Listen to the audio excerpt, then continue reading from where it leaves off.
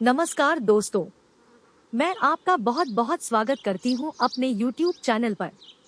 आज मैं जो आपको कहानी सुनाने जा रही हूं वह कहानी मुंशी प्रेमचंद की है, बड़े घर की बेटी पार्ट 2। बड़े घर की बेटी, ग्रामीण घर गृहस्थी पर मुंशी प्रेमचंद की अमर कहानी। बड़े घर की बेटी पार्ट 2। एक दिन दोपहर के समय लाल बिहारी सिंह 2 चिड़िया लिए हुए आया और भावत से बोला, जल्दी से पका दो, मुझे भूख लगी है। आनंदी भोजन बनाकर उसकी राह देख रही थी। अब वह नया व्यंजन बनाने बैठी। हाड़ी में देखा तो घी पाव भर से अधिक न था। बड़े घर की बेटी किफायत क्या जाने, उसने सब घी मांस में डाल दिया। लाल बिहारी खाने बैठा तो दाल में घी न था। बोला, दाल में घी क्यों नहीं छोड़ा? आनंदी ने कहा, घी सब मांस में पड़ गया। लाल बिहारी जोर से बोला, अभी परसों घी आया है, इतना जल्द उठ गया? आनंदी ने उत्तर दिया, आज तो कुल पाव भर रहा होगा, वह सब मैंने मांस में डाल दिया। जिस तरह सूखी लकड़ी जल्दी से जल उठती है, उसी तरह क्षुधा से बावला मनुष्य जराजरा सी बात पर तिनक जाता है। लाल बिहारी को भावच की यह ढिठाई बहुत बुरी मालूम हुई। तिनक कर बोला, मैके में तो चाहे घी की नदी बहती हो, स्त्री गालियां सह लेती है, मार भी सह लेती है, पर मैके की निंदा उससे नहीं सही जाती। आनंदी मुंह फेर कर बोली, हाथी मरा भी तो 9 लाख का, वहाँ इतना घी नित्य नाई कहार खा जाते हैं। लाल बिहारी जल गया, थाली उठाकर पलट दी और बोला, जी चाहता है जीभ पकड़कर खींच लूं। आनंदी को भी क्रोध आ गया, मुंह लाल हो गया। बोली, वह होते तो आज इसका मजा चखाते। अब अपड़ उजट ठाकुर से न रहा गया। उसकी स्त्री एक साधारण जमींदार की बेटी थी। जब जी चाहता उस पर हाथ साफ कर लिया करता था।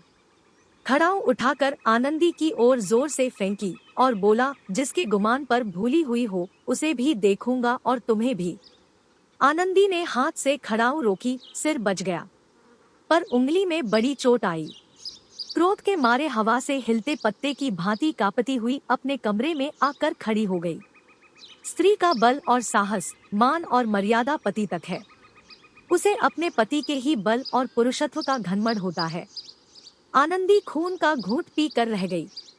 श्रीकंठ सिंह शनिवार को घर आया करते थे। बृहस्पति को यह घटना हुई थी। 2 दिन तक आनंदी कोप भवन में रही, न कुछ खाया न पिया, उनकी बाट देखती रही। अंत में शनिवार को वह नियमानुकूल संध्या समय घर आए और बाहर बैठकर कुछ इधर उधर की बातें, कुछ देशकाल संबंधी समाचार तथा कुछ नए मुकदमों आदि की चर्चा करने लगे। यह वार्तालाप 10 बजे रात तक होता रहा। गांव के भद्र पुरुषों को इन बातों में ऐसा आनंद मिलता था कि खाने पीने की भी सुधि न रहती थी। श्रीकंठ को पिंड छुड़ाना मुश्किल हो जाता था। ये 2-3 घंटे आनंदी ने बड़े कष्ट से काटे। किसी तरह भोजन का समय आया, पंचायत उठी, एकांत हुआ तो लाल बिहारी ने कहा, भैया आप जरा भाभी को समझा दीजिएगा कि मुंह संभाल कर बातचीत किया करें, नहीं तो एक दिन अनर्थ हो जाएगा। बेनी माधव सिंह ने बेटे की ओर से साक्षी दी, हाँ, बहु बेटियों का यह स्वभाव अच्छा नहीं कि मर्दों के मुंह लगे। लाल बिहारी, वह बड़े घर की बेटी है तो हम भी कोई कुर्मी कहा नहीं है। श्रीकंठ ने चिंतित स्वर से पूछा, आखिर बात क्या हुई?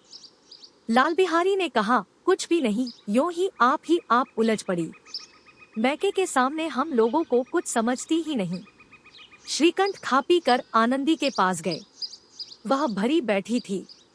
यह हजरत भी कुछ तीखे थे। आनंदी ने पूछा, चित्त तो प्रसन्न है? श्रीकंठ बोले, बहुत प्रसन्न है, पर तुमने आजकल घर में यह क्या उपद्रव मचा रखा है? आनंदी की त्योरियों पर बल पड़ गए। झुंझलाहट के मारे बदन में ज्वाला सी दहक उठी। बोली, जिसने तुमसे यह आग लगाई है उसे पाऊं तो मुंह झुलस दूं। श्रीकंठ, इतनी गर्म क्यों होती हो, बात तो कहो।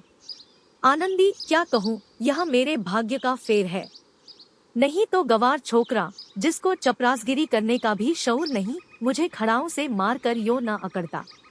श्रीकंठ, सब हाल साफ साफ कहो तो मालूम हो, मुझे तो कुछ पता नहीं। आनंदी, परसों तुम्हारे लाडले भाई ने मुझसे मांस पकाने को कहा। घी हाड़ी में पाव भर से अधिक न था। वह सब मैंने मांस में डाल दिया। जब खाने बैठा तो कहने लगा, दाल में घी क्यों नहीं है। बस इसी पर मेरे मैके को बुरा भला कहने लगा। मुझसे न रहा गया। मैंने कहा कि वहाँ इतना घी तो नाइखार खा जाते हैं और किसी को जान भी नहीं पड़ता। बस इतनी सी बात पर इस अन्यायी ने मुझ पर खड़ाऊ फेंक मारी। यदि हाथ से न रोक लूं तो सिर फट जाए। उसी से पूछो मैंने जो कुछ कहा है वह सच है या झूठ। श्रीकंठ की आंखें लाल हो गई। बोले, यहाँ तक हो गया इस छोकरे का यह साहस। आशा करती हूँ आज की कहानी आपको पसंद आई होगी। अगर कहानी पसंद आई है तो कृपया इस वीडियो को लाइक करें, चैनल को सब्सक्राइब करें और इस कहानी को शेयर करें अपने दोस्तों के साथ, ताकि मैं ऐसी ही बेहतरीन कहानियां आपके लिए लेकर आती रहूं। इसी के साथ इस कहानी को आज यही समाप्त करते हैं। मिलते हैं फिर इस कहानी के अगले पार्ट में।